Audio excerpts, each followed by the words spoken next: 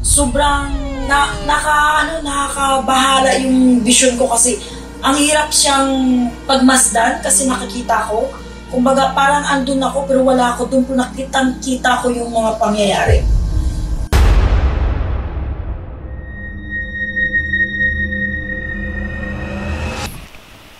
Hello po mga ka-PTV, sa video na ito itatalakayin natin ang biglaang pabagsak ng mga tao sa Manila sa labas ng daan at ang isang malakas na lindol na hahampas sa Metro Manila. Pero kung ikaw ay hindi pa nakasubscribe sa aking channel, baka naman.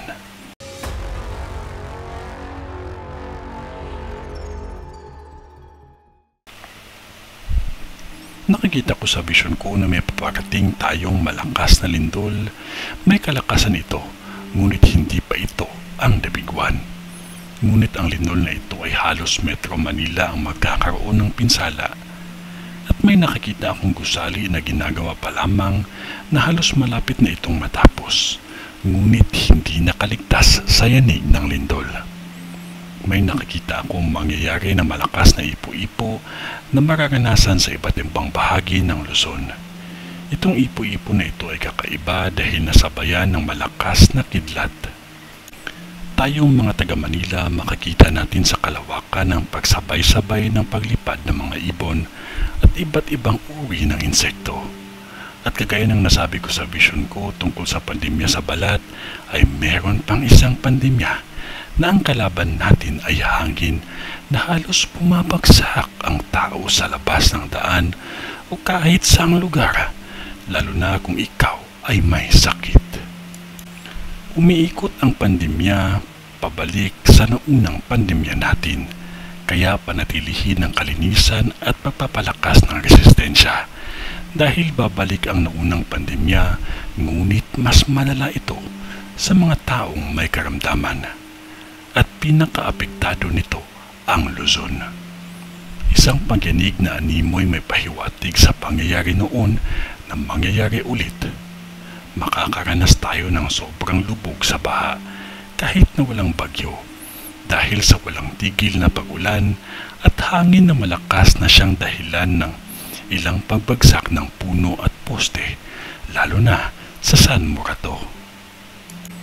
May nakikita akong poste at puno na pabagsak sa tindi ng lakas ng hangin na animoy kayang hilahin ang ugat ng puno palabas sa kinatatayuan nito. May nakikita akong nasawi sa kidlat at ipo-ipo na mararanasan ng mga taga Luzon at may nakikita akong sunog sa isang kilalang mall sa Luzon din. May nakikita akong 2 klinik ang masusunog at ang isang klinik na ito ay sa hayop.